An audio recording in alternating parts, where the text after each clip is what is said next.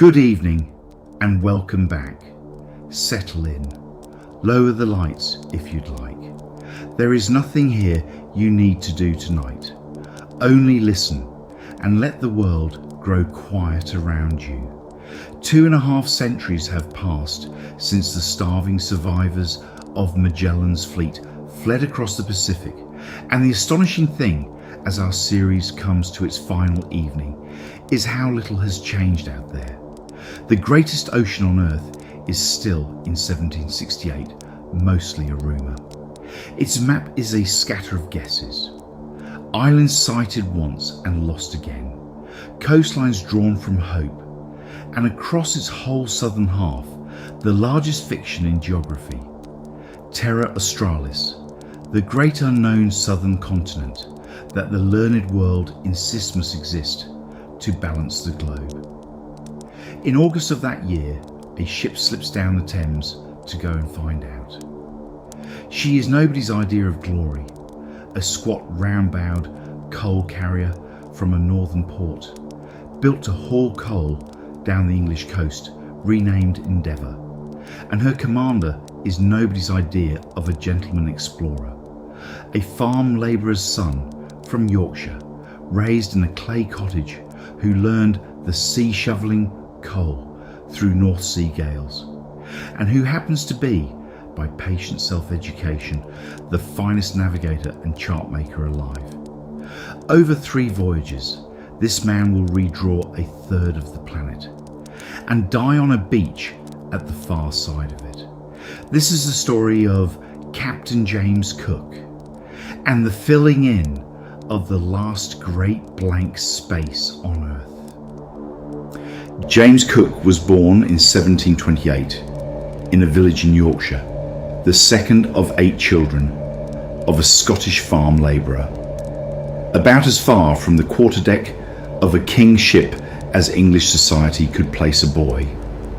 He clerked briefly in a shop in a fishing village, decided the counter was not for him, and at 18 apprenticed himself at the port of Whitby to a family of Quaker ship owners in the coal trade. It was the best education in seamanship the world then offered, though no one called it that. The colliers of the east coast, sturdy, flat-bottomed, cavernous ships called cats, worked the most treacherous waters in Britain: shoals, tides, fogs, lee shores and winter gales, with small crews and no margin.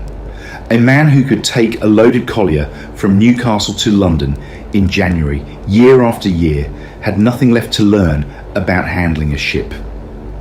Only about where else a ship might go. In the attic of the Whitby house, where the apprentices boarded, Cook taught himself, by candle, the mathematics his village school had never dreamed of: algebra, geometry, trigonometry, navigation, astronomy. His employers thought enough of him to offer him a command. He turned it down and did something that baffled everyone he knew.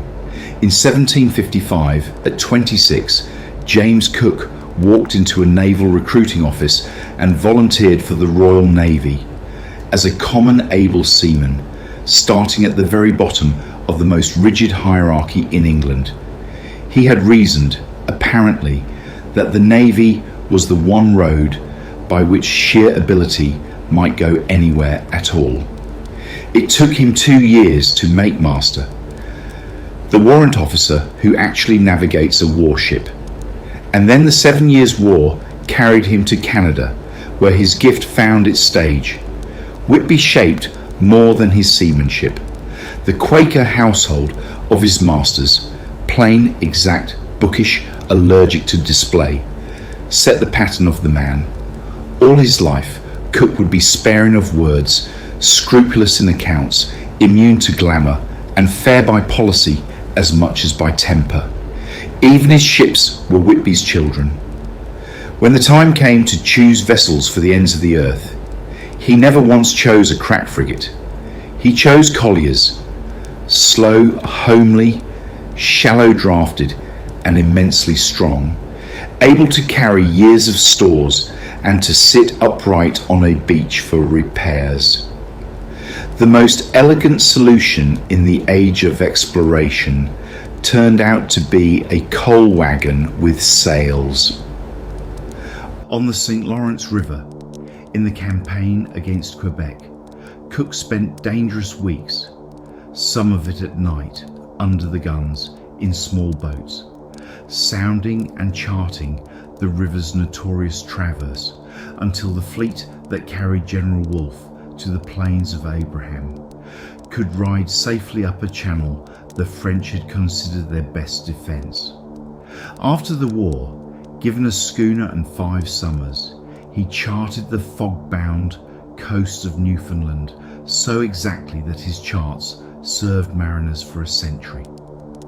And when, in 1766, he observed an eclipse of the sun from a Newfoundland headland and sent the calculations to London, the Royal Society, the highest scientific body in the land, took note of the name, a self-taught master in colonial waters, doing astronomy to professional standard.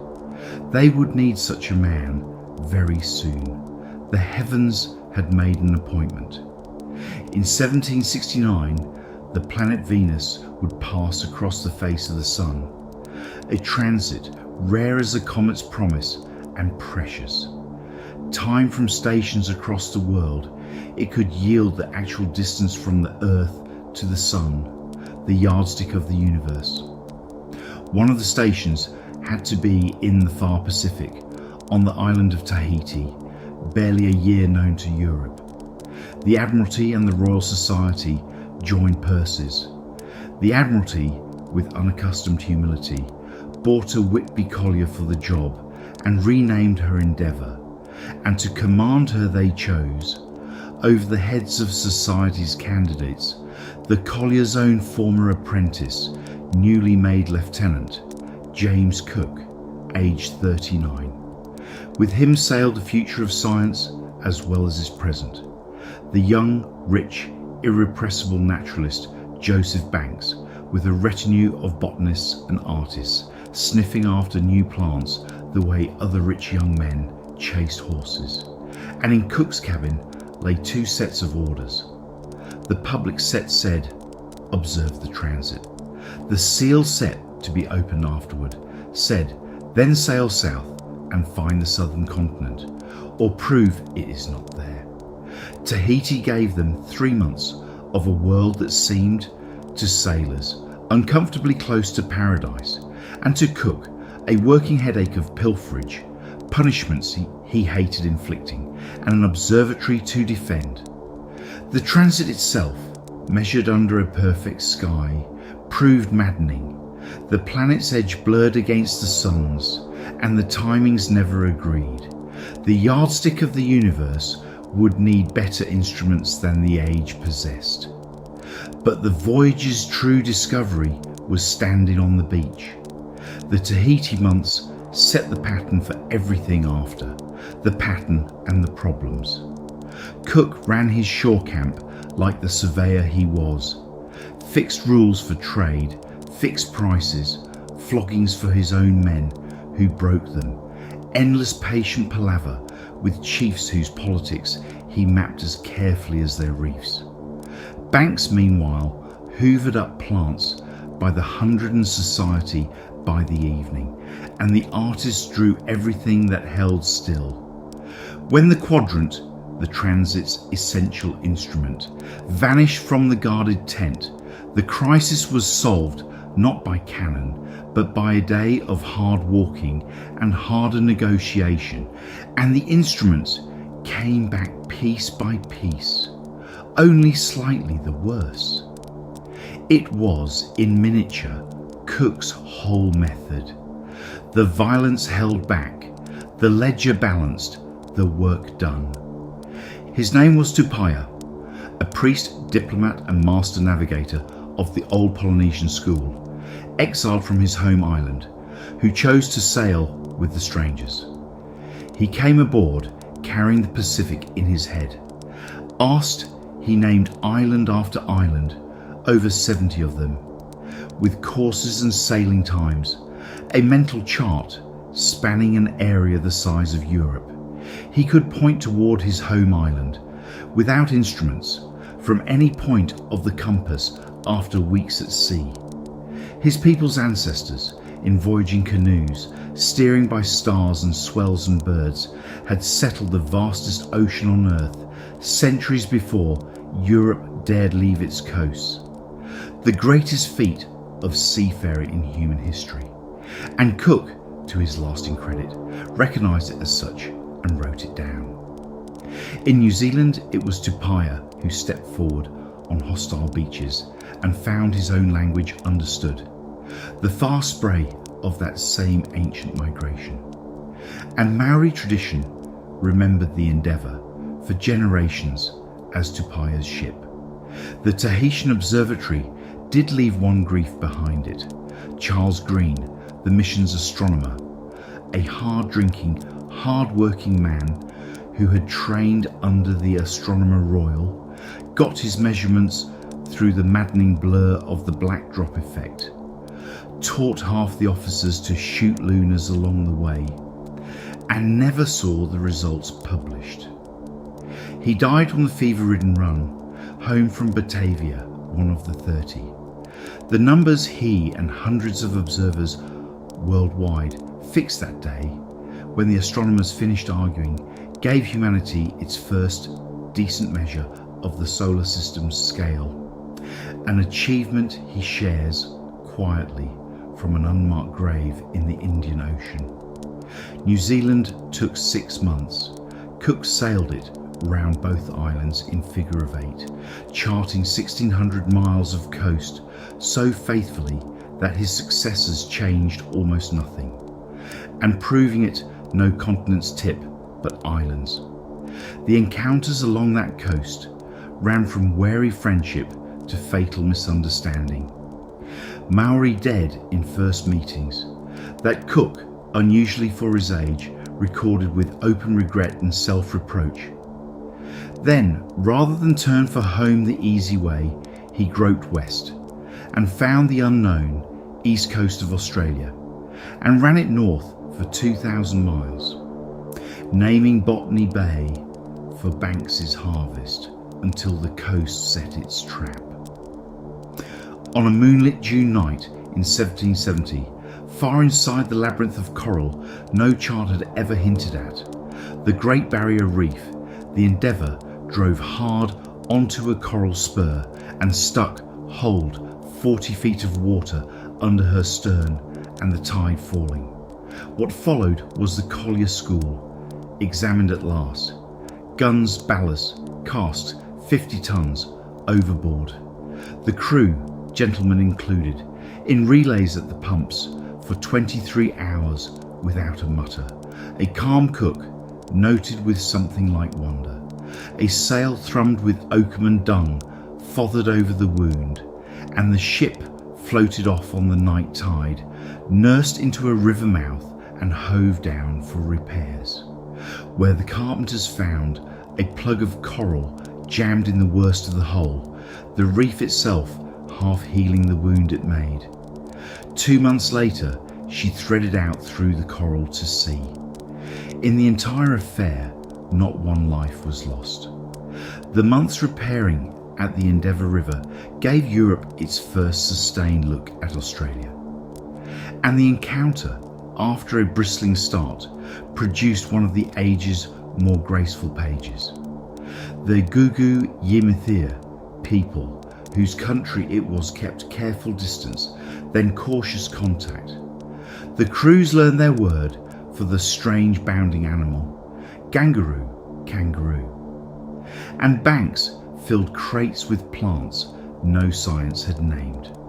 When a quarrel over turtles on the deck flared toward real violence, spears on one side, muskets on the other, a Gugu Yimithir elder stepped between the parties holding a spear with a broken tip, and peace was made by ceremony on a sandbar. Australians point to that beach as the site of the continent's first recorded act of reconciliation. Cook, unusually for any century, wrote afterward that the people he had met were far from wretched, that they were, in their own terms, he suspected, happier than Europeans.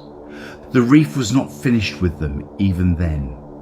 Weeks later, repaired and feeling for open water, the Endeavour was caught outside the coral in a dying wind, carried by the swell alone, hour by hour, straight toward the outer wall of the reef, where the whole Pacific broken as surf that would have shattered her in minutes. No anchor could find bottom, no breeze answered, and the boats towing were losing. She was saved by an ebb current off the coral and a narrow channel found with yards to spare. A passage cook privately rated the most dangerous moment of the voyage, worse than the wreck itself, and it drew from him the most human lines he ever wrote: that the world condemns as timid the explorer who dares nothing, condemns as rash the one who dares and is wrecked, and has no name at all for the man in between, who dares exactly as much as the sea will forgive. The homeward call at Batavia took the lives the reef had spared. The great Dutch port was a fever sink, and malaria and dysentery swept the ship that scurvy had never touched. 30 dead before the Atlantic. The artist, the astronomer, and Tupaia, the navigator of two traditions, buried in the pestilent city with an ocean's knowledge in him. If this series has taught anything, it is that the sea's cruelest bills are presented in port. Cook came home in 1771 to find Banks the toast of London and himself. Quietly, the Admiralty's discovery. The southern question still stood. A continent could yet be hiding below the tracks he had sailed. And the second voyage he proposed to answer it became, by common consent of everyone who studies these things, the greatest single voyage of exploration ever made. He took 2 Whitby colliers this time, resolution and adventure, and a weapon no explorer had ever carried, the longitude in a box.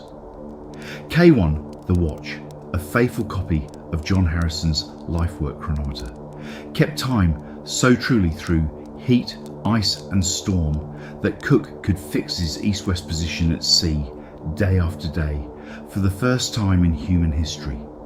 He called it affectionately his trusty friend, the watch, and his charts stopped being the age's best guesses and became simply the map.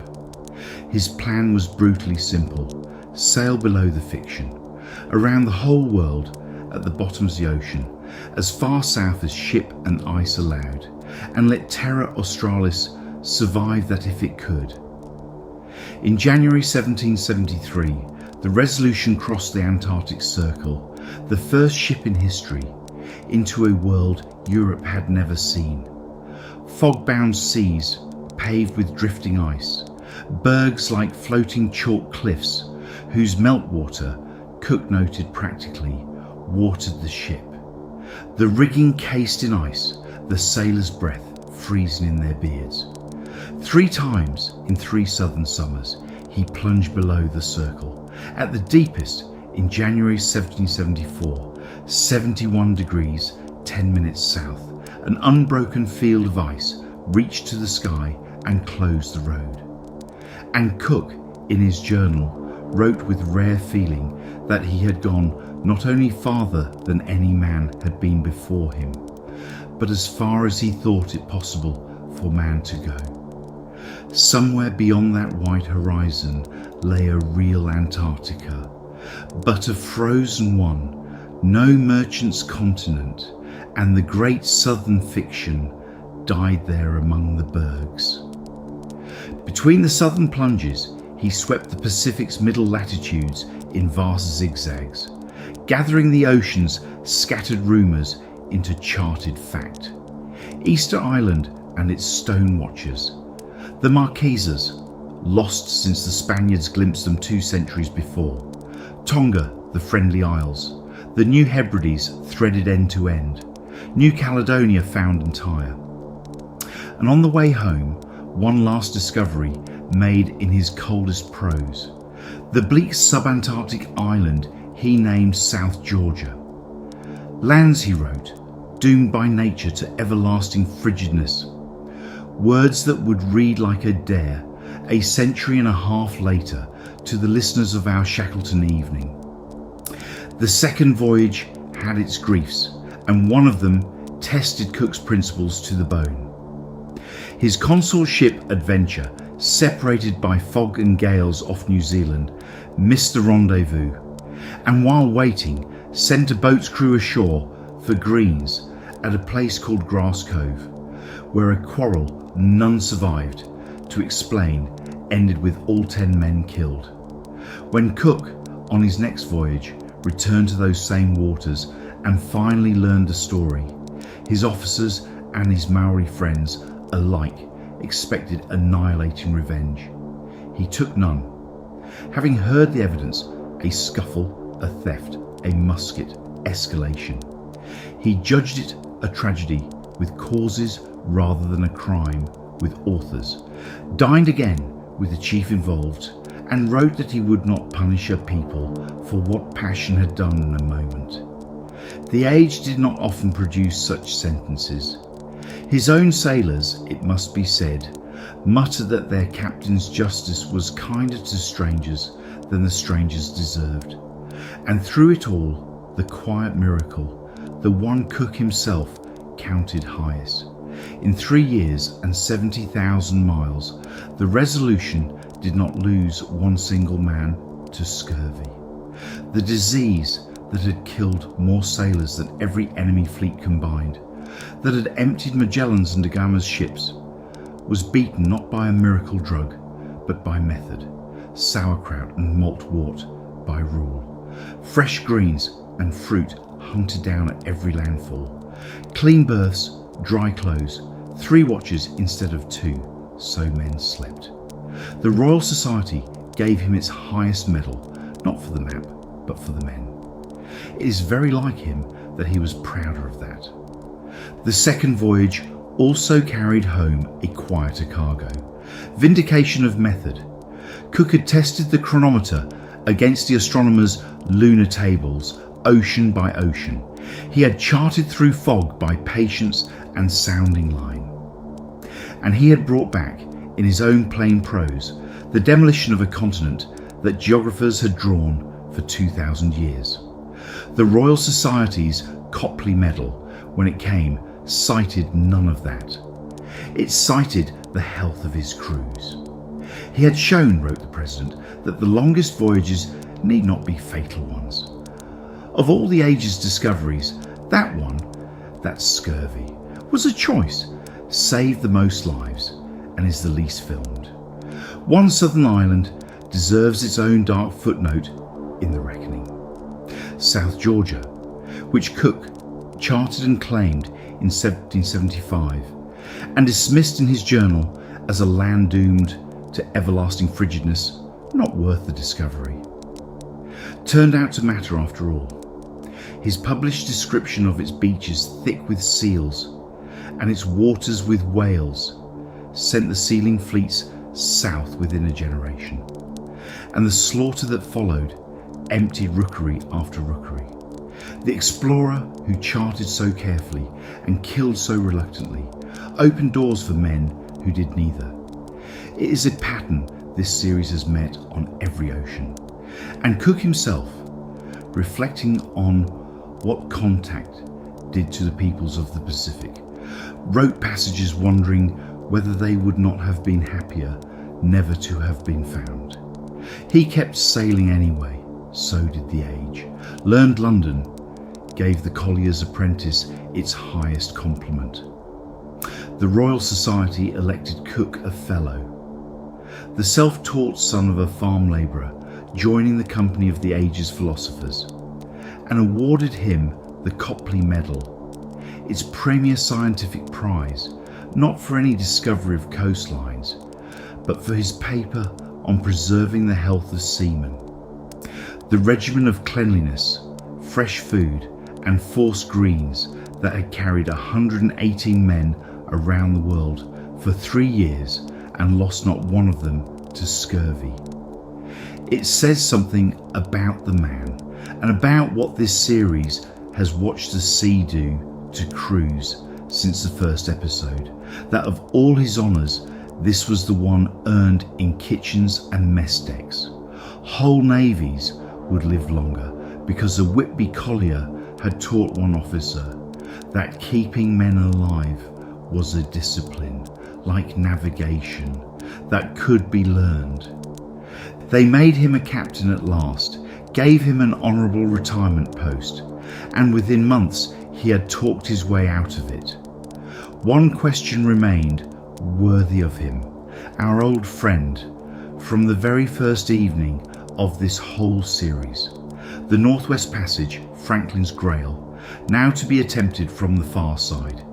Cook would enter the Pacific once more, find the northwest coast of America, and probe up through Bering's Strait for a way over the top of the world. He sailed in 1776 in a worn Resolution, refitted cheap by a dockyard whose sins would leak on him for 4 years. The great arc of the voyage gave the world one more gift of the accidental kind. In January 1778, running north from Tahiti into empty ocean, the ships raised islands no European chart had ever carried. Kauai, Oahu, the Hawaiian archipelago, the last great island group on Earth to meet the wider world and the most isolated. The Hawaiians and the strangers traded in mutual astonishment, and the ships passed on north to their duty. The voyage out carried a passenger who closes one of our circles.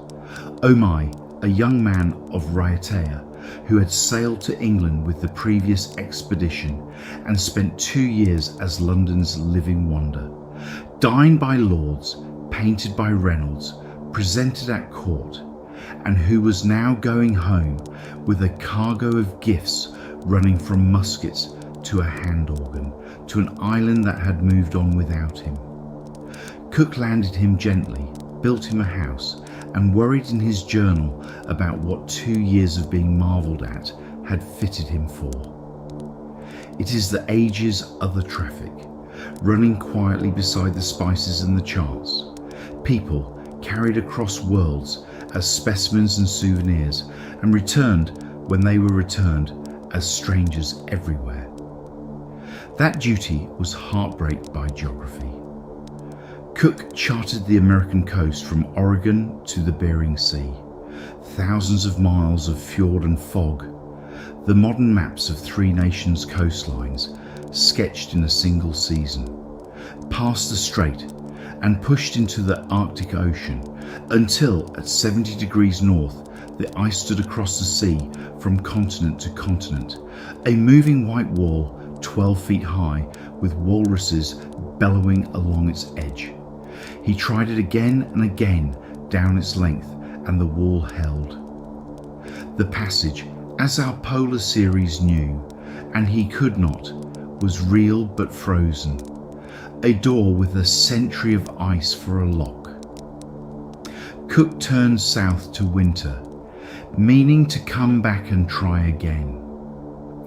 There was one more gift in the northern charts, though no one aboard could price it yet. At Nootka Sound, on the coast of Vancouver Island, the crews traded trinkets for sea otter pelts to keep warm in the ice. And later in Canton, watched Chinese merchants bid those worn furs up to small fortunes. The published account of that exchange would light the Pacific fur rush, and with it the first steady traffic between Europe, the American Northwest and China. The world knitting itself together along Cook's soundings in exactly the way worlds actually knit, by accident following the money. Even the observatory tents had their centuries of habit. Cook's shore camps ran to a rhythm his men could have kept asleep. Instruments landed and boxed the same way at Tahiti, at Queen Charlotte Sound, at Nootka. The chronometers wound at the same hour. Watch set, trade rules posted. Explorers before him improvised each landfall. Cook had turned landfall itself into a procedure. It is the least romantic thing about him and the most important. The Pacific was not conquered by daring, in the end, but by checklists. He was 50, and 12 years of this had worn him in ways his officers logged uneasily. The famous patience frayed, punishments hardened, ashore and aboard, the meticulous curiosity flickered. The sea had given him no defeats, so it sent the thing that undoes the undefeated. A season of small, compounding misfortunes among people whose politics he did not know. In a bay he should never have re-entered. The ships wintered at the islands they had found, and in January 1779 came to anchor in Kealakekua Bay, on the big island of Hawaii. Arriving, as it happened, at the height of the Makahiki, the great annual festival of the god Lono, whose season is peace and plenty, and whose emblems, white banners on cross beams, looked to some eyes strikingly like sails. The reception overwhelmed even veterans of Tahiti. 10,000 people, a bay carpeted with canoes, priests conducting Cook through ceremonies at the temple platform with honours his men could not pass. How the Hawaiians truly understood him, as the god Lono, as a chief clothed in Lono's season, as something with no easy name, is a question scholars still argue, gently and without end, and the honest telling leaves it open. What is certain is that the welcome was vast, ritual, and tied to a calendar, that the ship's appetite strained the bay's generosity, and that when the festival season closed and the ships sailed, the timing was, at last, right. 4 days out, in a gale, the Resolution's foremast sprang, the cheap dockyard's last word, and Cook did the seaman-like thing, which was also the fatal thing. He turned back to the one harbour he knew. The bay that had roared for him was silent. The season of Lono was over. The ruling chief's patience with provisioning 2 ships was spent. The mood had turned, curiosity gone sour on both sides. Thefts multiplied, normal in every island call, but the worn Cook now answered in kind. And when, on the night of the 13th of February, the ship's large cutter itself was taken, he reached for a tactic that had worked, bloodlessly, across a dozen islands and as many years. Go ashore in force, invite the ruling chief aboard with all courtesy, and hold him, an honoured hostage, until the stolen boat came home. On the morning of the 14th of February 1779, it all came apart in minutes. The old chief Kalaniopuu came willingly at first. At the water's edge, his wife and attendants pleaded, and he sat down. A crowd of thousands pressed in, arming, and across the bay, the news arriving like a spark to powder. Boats blockading the harbour, shot dead a chief trying to leave. Stones flew, Cook fired, first shot, then ball. A rush came, and the Marines broke for the boats. The last anyone saw of James Cook whole, he was standing in the surf, waving the boats in to cease fire and take the men off, his back to the crowd, by the accounts of men who loved him and men who did not. He was struck down from behind, in water to his knees, and fell face down in the sea he had used so masterfully and so long. 4 Marines died with him. On the other side of the morning's ledger, more Hawaiians, chiefs among them. He had crossed 3 oceans and both ice barriers of the earth, and died in a quarrel over a boat. Among the young Hawaiian chiefs who had spent time aboard the ships that winter, measuring these strangers, learning their tempers, was a tall, watchful nephew of the king named Kamehameha. He was wounded in the skirmishing that followed the bay's terrible morning. He also plainly took notes. Within a generation, armed in part with the foreigners' weapons and wholly with his own formidable gifts, Kamehameha would do what no chief had done: unite all the islands into one Hawaiian kingdom. The bay where Cook fell was, among everything else, a classroom, and the ablest student in it was not European. What followed tells more about both peoples than the morning does. The Hawaiians bore the body inland and rendered it the treatment their custom paid to the highest chiefs. The flesh given to fire, the bones cleaned and divided among the great, for such bones carried power and honour. To the horrified crews, this was desecration. It was, in Hawaiian terms, very nearly the opposite. After days of grief and reprisal, ugly on both sides, priests brought a portion of the remains, wrapped with dignity, back to the ships. On the 21st of February, to the minute guns of both vessels, what could be returned of James Cook was committed to the waters of Kealakekua Bay. The mast was repaired, the ships went north again, tried the ice once more, found it immovable, and carried the news home around the world their captain had measured. The ships themselves earned epilogues. The Resolution ended ingloriously, captured and worn out in other men's wars. But the Endeavour, sold off, renamed, sunk as a block ship in an American harbour in 1778, waited out 2 centuries in the mud of Newport, Rhode Island, until marine archaeologists announced, within living memory, that they had found her bones. The collier that carried Cook, Banks, Tupaia, and the map of the Pacific lies today under a few metres of grey Atlantic water, visited by divers with measuring tapes. Ships in this series have outlived everyone. It seems only right that the last one outlived the age itself. 2 footnotes of legacy before the ending. The charts first. Cook's surveys were not superseded so much as inherited. Some of his Pacific and Newfoundland charting remained in official use, corrected but recognisably his into the 20th century.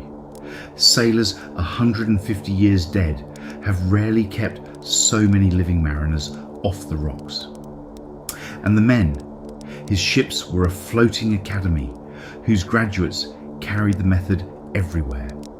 Among them, the Resolution's sailing master at Kealakekua Bay, a gifted, difficult young navigator named William Bligh, who would later command a small ship called the Bounty into a very different story. The age of exploration ended aboard Cook's ships. Several other ages began there. Every series must choose where to stand at its end. Ours ends here because with Cook, the work this whole age began was, in every way that mattered, finished. Hold the 2 bookends of these 6 evenings side by side. An emperor's fleet turning home in 1433, leaving the ocean empty by decree, and a collier's apprentice 3.5 centuries later handing back charts so complete that the word exploration, on the sea at least, began to mean smaller things.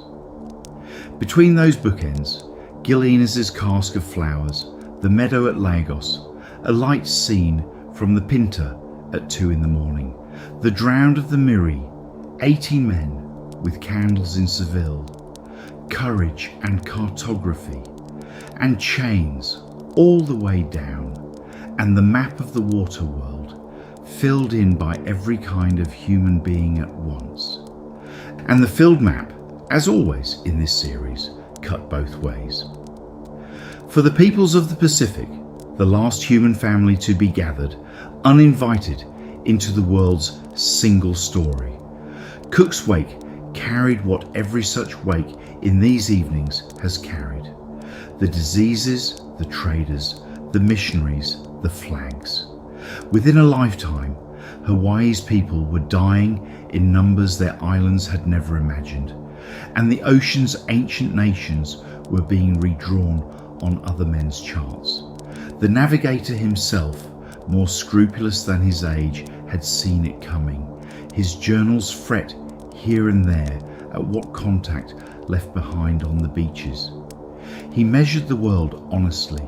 It is not the smallest part of his legacy that he sometimes doubted the measuring, but let the very last image be the one the whole series has earned. Somewhere in the ocean tonight, this actual night, container ships are riding the Volta do Mar, yachts are threading Magellan Strait, the monsoon is turning, on schedule, over Da Gama's arc, and above the Pacific the same stars stand that Tupaia read like an open book. The blank spaces are gone. The sea remains the sea, vast, patient and indifferent, exactly as it was when the first sail in this story went over the first horizon. It did not need to be discovered. It only needed, at last, to be known. That is where we will leave it tonight, and where we will leave this series. The whole ocean world joined at last under the turning stars. Thank you for sailing all 6 of these evenings with me.